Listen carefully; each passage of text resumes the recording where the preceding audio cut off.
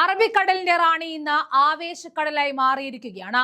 പോരാട്ട വേദികളിൽ പതറാത്ത നായകന്, ഇന്ത്യയുടെ പ്രതിപക്ഷ ശബ്ദത്തിന്, നമ്മുടെ പ്രിയപ്പെട്ട രാഹുൽ ഗാന്ധിക്ക് കൊച്ചിയുടെ മണ്ണിലേക്ക് സ്വാഗതം. ഇത് വെറുമൊരു സംഗമമല്ല, ഇത് മാറ്റത്തിന്റെ കൊടുങ്കാറ്റാണ്.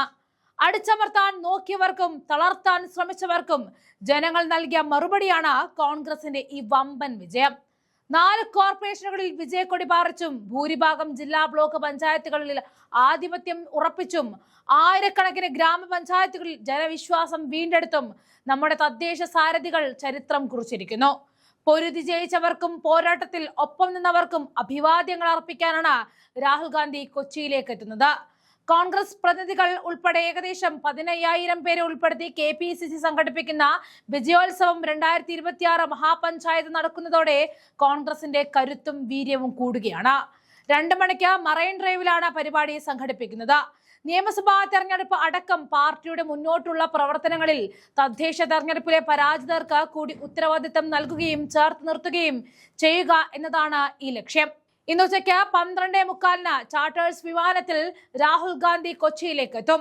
KPCCയുടെ സാഹിത്യ വിഭാഗമായ പ്രിയദർശിനി പബ്ലിക്കേഷൻസിന്റെ സാഹിത്യ പുരസ്കാരം ഡോക്ടർ M ലീലാവതിക്ക് തൃക്കാക്കരയിലെ വസതിയിലെത്തി അദ്ദേഹം സമർപ്പിക്കും.